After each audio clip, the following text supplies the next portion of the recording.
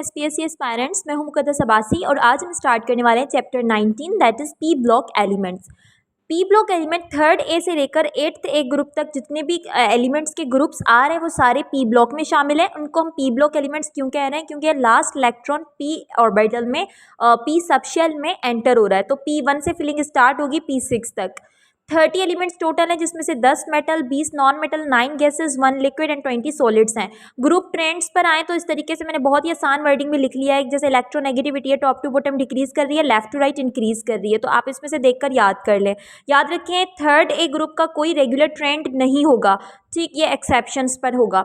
Metallic character जो है वो टॉप टू बॉटम इंक्रीज हो रहा है। अब ये जो मेटेलिक कैरेक्टर है वो इलेक्ट्रॉन पॉपुलेशन के इन्वर्सली रिलेटेड होता है। अब ये इलेक्ट्रॉन पॉपुलेशन क्या है देखें, अगर आपको दो एलिमेंट गिवन है और पूछा जाए कि इसमें से ज़्यादा इलेक्ट्रॉन पॉपुलेशन किस में है, तो आप वैलेंस शेल को पहले इलेक्ट्रॉनिक कन्फिगुरेशन लिखें, फिर वैलेंस शेल को इस तरीके से मार्क कर लें।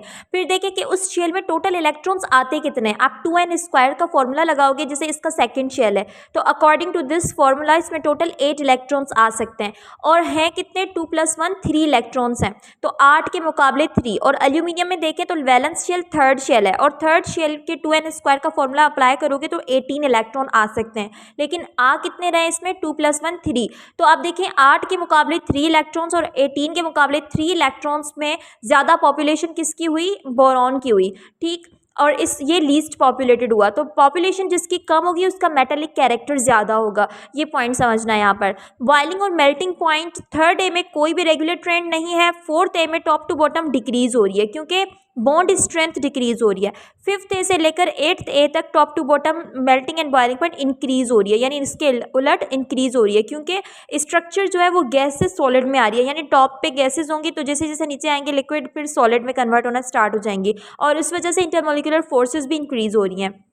अब इनके कंपाउंड्स पर आते हैं तो पहला कंपाउंड बोरिक एसिड है। बोरिक एसिड H3BO3 ये एक तरह का एसिड है, मोनोबेसिक एसिड भी कह सकते हैं, वीक एसिड है और इसको बनाया जा सकता है बोरेक्स से। बोरेक्स को सल्फ्यूरिक एसिड के साथ रिएक्ट करवाएंगे या फिर बोरोन नाइट्रेट को वाटर से रिएक्ट करवाएंगे तो बोरिक एसिड बन जाती है। और प्रॉपर्टीज़ में समझा नहीं रही, आप यहाँ से बहुत आसान वर्ड्स में लिखी हुई है, यहाँ से आप याद कर लें इसको।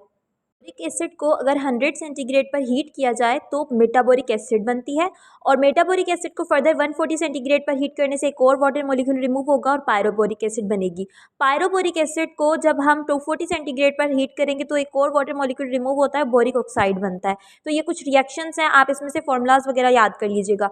स्ट्रक्चर बोरिक एसिड की नीडल लाइक क्रिस्टल्स होते हैं इसकी, जिसमें जो बोरॉन हाइड्रोक्साइड के जो यूनिट्स होते हैं वो लिंक्ड होते हैं एक दूसरे से और इनफाइनाइट लेयर्स बनती जाती हैं। उन लेयर्स के बीच का डिस्टेंस 3.18 एंगस्ट्रॉम होता है और इनके बीच में हाइड्रोजन बॉन्डिंग भी होती है। नेक्स्ट कंपाउंड है बोरेक्स। बोरेक्स का ये फॉर्मूला याद कर लें, इसको सुहागा और टिंकल भी कहते हैं। प्रिपरेशन में बोरिक एसिड से ही इसको बनाया जाता है। बोरिक एसिड को अगर हम सोडियम हाइड्रोक्साइड, सोडियम कार्बोनेट से रिएक्ट करवाएंगे तो बोरेक्स बन जाएगा। ये इसकी कुछ प्रॉपर्टीज़ है जिसमें समझने वाली चीज़ें नहीं है, याद करने वाली, आप याद कर लें। अब आते हैं मेटलर्जी पर। मेटलर्जी का मतलब होता है किसी एलॉय से मेटल को बाहर निकालना। Alloy is the mixture of metals और मेटल को अगर हम उसके एलॉय से अलग कर रहे हैं दैट इज कॉल्ड मेटलर्जी।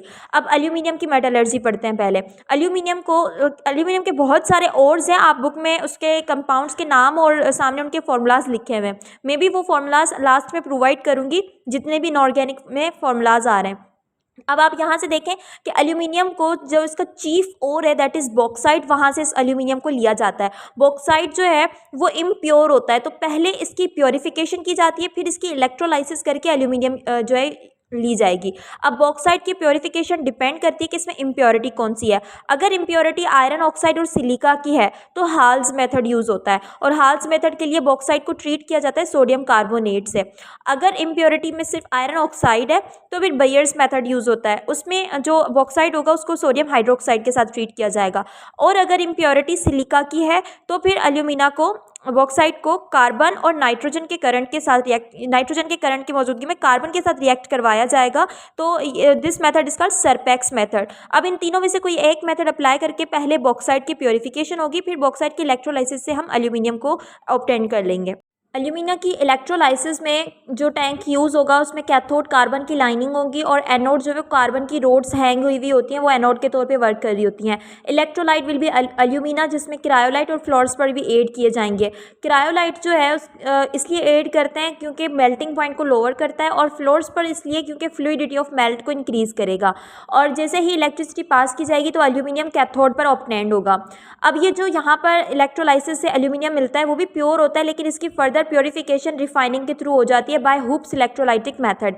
इसमें आयरन का बहुत बड़ा सारा बॉक्स यूज़ होता है, जिसमें 3 लेयर्स होती हैं सॉल्यूशंस की बनी हुई। लोअर लेयर जो होती है वो एलॉय होती है एल्यूमिनियम कॉपर सिलिकॉन का, जो कि एज एन एनोड यूज़ हो रही है। मिडिल लेयर क्रायोलाइट और बेरियम फ्लोराइड यूज़ हो रहे होते हैं। अपर लेयर जो है प्योर एल्यूमिनियम होती है, जो कि एज अ कैथोड बिहेव करती है। अब जैसे इलेक्ट्रिसिटी पास होगी तो एल्यूमिनियम हमें कैथोड पर प्योर एल्यूमिनियम ऑब्टेन्ड हो जाएगी, 99.99% प्योर। प्रॉपर्टीज़ आप यहाँ से इसकी याद कर लें, फिजिकल प्रॉपर्टीज़, इसके यूजेस याद कर लें। यूजेस में इन चीज़ों को स्किप मत कीजिएगा, जैसे एल्यूमिनियम ब्रॉन्ज है, ड्यूरालुमिन है। हमें ऐसा लगता है कि इसकी जो ये कंपोजिशन है ये काम की नहीं है, बट ये एक दफ़ा मैंने एमसीक्यूज़ में देखी हुई है ये वाला क्वेश्चन, शायद ड्यूरालुमिन का या फिर एल्यूमिनियम ब्रॉन्ज का। तो ये पूरी कंपोजिशन आई हुई है, तो यहाँ से ये याद कर लीजिएगा। एल्यूमिनियम की केमिकल प्रॉपर्टीज़ को अगर हम देखें तो वो मॉइस्ट एयर के साथ रिएक्ट करता है, खाली ड्राई एयर के साथ रिएक्ट नहीं करता। मॉइस्ट एयर के साथ रिएक्ट करके ऑक्साइड की फिल्म बन जाती है इसके ऊपर, यानी एक तरह से कोरोजन भी कह सकते हैं हम इसको। लेकिन इसकी जो आउटर लेयर है एक दफ़ा कोरोडेड हो जाए, ऑक्सीडाइज हो जाए, दोबारा इसकी ऑक्सीडेशन नहीं होगी, इसलिए इसको सेल्फ प्रोटेक्टेड मेटल भी कहते हैं। और जब ये बर्न होगा तो वाइट फ्लेम के साथ बर्न होगा। एसिड्स के साथ रिएक्ट करके क्लोराइड्स बना रहा है, सल्फेट्स बना रहा है। नाइट्रिक एसिड, अगर इससे नाइट्रिक एसिड का यूज़ करेंगे, इसके साथ रिएक्ट करवाएंगे तो एल्यूमिनियम खुद भी पैसिव हो जाता है। एल्यूमिनियम अल्कलीज के साथ भी रिएक्ट करता है और एल्यूमिनेट्स बनाता है, हाइड्रोजन गैस को रिमूव करता है, एलिमिनेट करता है। हेलोजन के साथ ये हैलाइड बना रहा है, नाइट्रोजन के साथ नाइट्राइड बना रहा है, कार्बन के साथ कार्बाइड बना रहा है। और पावरफुल रिड्यूसिंग एजेंट है। पावरफुल रिड्यूसिंग एजेंट यानी ये जो है वो गेन करके इलेक्ट्रॉन को लूज करके सामने वाले को रिड्यूस कर रहा है, और उस दौरान 3500 सेंटीग्रेड हीट रिमूव हो रही है। That's why it's highly exothermic reaction. और ऐसे रिएक्शन जिसमें इतनी ज़्यादा एल्यूमिनियम के वो रिएक्शन जिसमें वो पावरफुल रिड्यूसिंग एजेंट के तौर पे वर्क कर रहा हो तो उसे हम थर्माइट प्रोसेस कहेंगे। और इतनी ज़्यादा हीट जो है वो वेल्डिंग पर्पज के लिए भी यूज़ की जाती है। अब एल्यूमिनियम को यूज़ करके फिटकरी वगैरह बनाई जाती है, जैसे हम कहते हैं डबल साल्ट्स को। अब इस डबल साल्ट में क्या होता है कि जो पहला वाला आप साल्ट देख रहे हैं ये मोनोवेलेंट एटम से बना हुआ है, फर्स्ट ए ग्रुप का। और ये जो ये एलिमेंट ये जो दूसरा वाला साल्ट देख रहे हैं ये ट्राईवेलेंट एटम से बना हुआ है। तो मोनोवेलेंट और ट्राईवेलेंट मेटल को मिलाकर जो ओवरऑल साल्ट बन रहा है, जिसमें 24 मॉलिक्यूल्स वाटर के हैं, इनको हम फिटकरी कहते हैं, उनको हम अलम कहते हैं। और ये जो बिलखसूस पोटाशियम और एल्यूमिनियम को यूज़ करके जो साल्ट बना हुआ है ना, इसको हम फिटकरी कहेंगे। ठीक, प्रॉपर्टीज़ आप यहाँ से देखकर याद कर लीजिएगा।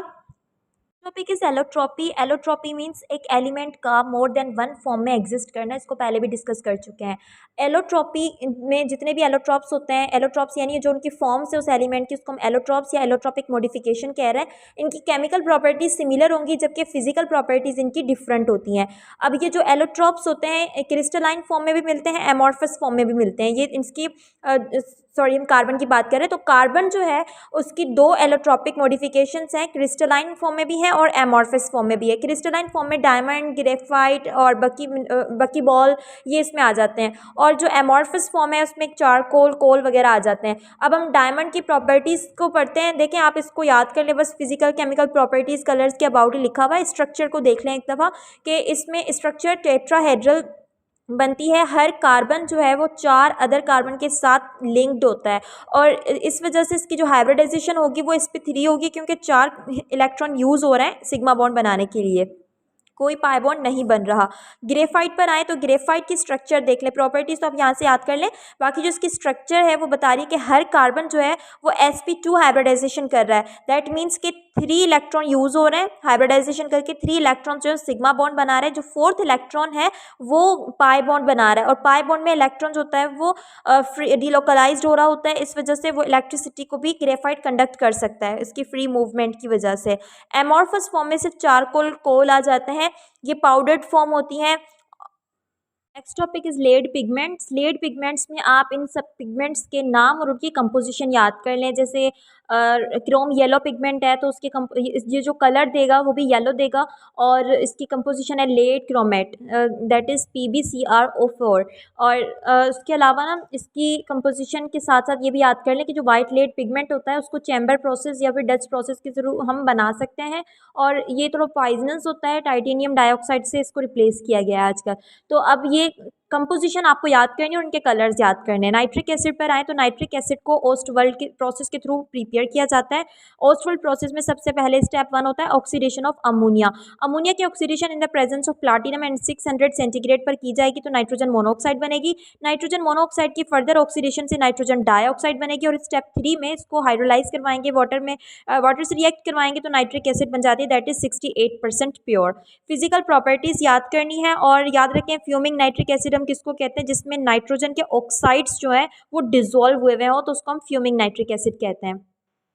नाइट्रिक एसिड की प्रॉपर्टीज़, केमिकल प्रॉपर्टीज़ पर आए तो एसिडिक प्रॉपर्टी रखता है नाइट्रिक एसिड, क्योंकि एक स्ट्रॉन्ग एसिड इसके पास हाइड्रोजन है तो ये मोनोप्रोटिक एसिड भी कहलाएगी। ऑक्सीडाइजिंग प्रॉपर्टी होती है, ये खुद रिड्यूस होकर सामने वाले को ऑक्सीडाइज करवाती है, इस वजह से स्ट्रॉन्ग ऑक्सीडाइजिंग एजेंट है। +5 की ऑक्सीडेशन स्टेट में होता है नाइट्रोजन नाइट्रिक एसिड में, और जैसे ही किसी एजेंट के साथ रिएक्ट करेगा तो खुद रिड्यूस होकर कन्वर्ट हो जाएगा +3 में और सामने वाले को कर देगा ऑक्सीडाइज। लेकिन इसकी ऑक्सीडाइजिंग प्रॉपर्टी जो है डिपेंड करती है इसकी कंसंट्रेशन पे और नेचर ऑफ द एलिमेंट पे जिसके साथ ये रिएक्ट कर रहा है। नाइट्रिक एसिड अगर कंसंट्रेटेड लेंगे तो खुद अपने आप को रिड्यूस करके किस फॉर्म में कन्वर्ट हो जाएगी, NO2 में, और अगर डाइल्यूट नाइट्रिक एसिड यूज करेंगे तो रिड्यूस होकर किस में कन्वर्ट हो जाएगी, नाइट्रोजन मोनोऑक्साइड में। अगर नाइट्रिक एसिड नॉन मेटल के साथ रिएक्ट करेगी तो नाइट्रोजन डाइऑक्साइड में कन्वर्ट हो जाएगी। नाइट्रेटिंग प्रॉपर्टीज पर आए तो किसी ऑर्गेनिक कंपाउंड के साथ जब भी नाइट्रिक एसिड रिएक्ट करेगी तो हाइड्रोजन को रिप्लेस करके अपना NO2 इंसर्ट कर देगी, and that replacing property is called nitrating property, या फिर हम इसको सब्सटीट्यूशन रिएक्शन भी कहते हैं, जिसमें हाइड्रोजन सब्सटीट्यूट करके NO2 लग जाएगा। इंपॉर्टेंस में इसके कुछ यूजेस हैं, ये लाजमी याद कर लें। aqua regia भी इसका बेस्ट यूज़ है। aqua regia जो है एक मिक्सचर होता है जिसमें 1 पार्ट नाइट्रिक एसिड का होता है और 3 पार्ट्स बाय वॉल्यूम HCl के होते हैं, और जैसे ही आपस में रिएक्ट करते हैं क्लोरीन की लिबरेशन होती है, लाइब्रेशन होती है, और क्लोरीन की लाइब्रेशन की वजह से जो नोबल मेटल्स होते हैं वो भी डिसॉल्व हो जाते हैं aqua regia में। aqua regia को इस वजह से रॉयल वाटर भी कहा जाता है, it is also called royal water. अब आते हैं सल्फर की एलोट्रॉपिक फॉर्म्स पर। सल्फर की दो एलोट्रॉपिक फॉर्म्स होती हैं, crystalline sulphur and plastic sulphur. Crystalline sulphur फिर जो है फर्दर इसको डिवाइड किया गया रोम्बिक एंड मोनोक्लिनिक सल्फर पर। तो हम पहले क्रिस्टलाइन और उसके टाइप्स पर आते हैं। क्रिस्टलाइन सल्फर जो है वो स्टेबल फॉर्म होती है, रोम्बिक सल्फर उसमें और ज़्यादा स्टेबल फॉर्म है, और मोनोक्लिनिक इतनी ज़्यादा स्टेबल नहीं होती। ये कुछ कैरेक्टर्स हैं रोम्बिक सल्फर के। रोम्बिक सल्फर को ऑक्टाहेड्रल या फिर अल्फा सल्फर भी कहा जाएगा। ऑक्टाहेड्रल इसकी शेप होती है, और ये कुछ कैरेक्टर्स आप याद कर लें। ये बात याद रखनी है कि जो रोम्बिक सल्फर है वो स्टेबल क्रिस्टलाइन फॉर्म है। अगर आप मोनोक्लिनिक सल्फर को थोड़ी देर के लिए रख दोगे वो वापस किस में कन्वर्ट हो जाएगी, टेम्परेचर अगर इतना प्रोवाइड हो जाए तो ये रोम्बिक सल्फर में कन्वर्ट हो जाएगी। इवन कि प्लास्टिक सल्फर भी अगर स्टैंडिंग पोजीशन में रहे तो वो रोम्बिक सल्फर में कन्वर्ट हो जाएगी। तो ये स्टेबल फॉर्म होती है। स्ट्रक्चर पर आए तो रोम्बिक सल्फर में सल्फर के जो एटम्स होते हैं वो 8 सल्फर के मॉलिक्यूल्स मिलकर एक 8 मेंबर्ड रिंग बनाते हैं, जिसे हम पकड़ रिंग भी कहते हैं। तो ये 8 सल्फर के मॉलिक्यूल्स एटम्स जो होते हैं वो कंबाइंड होकर रिंग स्ट्रक्चर बना रहे होते हैं रोम्बिक सल्फर के अंदर। अब मोनोक्लिनिक सल्फर पर आते हैं। मोनोक्लिनिक सल्फर जिसको प्रिस्मेटिक या फिर बीटा सल्फर भी कहेंगे, ये डार्क येलो कलर की होती है, नीडल क्रिस्टल्स होते हैं इसके। स्ट्रक्चर बिल्कुल रोम्बिक सल्फर की जैसी होगी, यहाँ पर भी 8 मेंबर्ड रिंग होगी, लेकिन यहाँ पर जो शेप होगी उसका डिफरेंस है कि यहाँ पर जो शेप है वो नीडल शेप्ड है, वहाँ पर रिंग स्ट्रक्चर बन रही थी जो ये यहाँ पर नीडल शेप्ड स्ट्रक्चर होगी। प्लास्टिक सल्फर जिसको गामा सल्फर भी कहते हैं, अगर हम सल्फर को पहले मेल्ट करें हाई टेम्परेचर पर, फिर इसकी रैपिड कूलिंग करें तो एटम्स को इतना टाइम नहीं मिलता कि वो अरेंजमेंट फिर से वैसी कर सकें, तो वो एक तरह की रैंडम अरेंजमेंट में आ जाते हैं जिसको हम कहेंगे प्लास्टिक सल्फर। इसी वजह से ये इलास्टिक होगा, रबर लाइक सॉफ्ट भी होगा, और इसकी जो लॉन्ग चेन्स होंगी वो कॉइलिंग भी करेंगे, अनकॉइलिंग करेंगी, इसी वजह से ये जो है रबर लाइक स्ट्रक्चर रखता है। हाइड्रोजन सल्फाइड एक और कंपाउंड हम पढ़ रहे हैं। हाइड्रोजन सल्फाइड की प्रिपेरेशन ये 3-4 मेथड है जिनसे की जाएगी। तो सबसे बेस्ट जो मेथड लेबोरेटरी में रहता है that is through the Kipp's apparatus. एक लालटेन की तरह एक अपैरेटस होता है जिसमें हाइड्रोजन सल्फाइड को प्रिपेयर किया जाता है by the use of sulphuric acid and iron sulphide. Properties आप यहाँ से देखकर इसकी याद कर लें।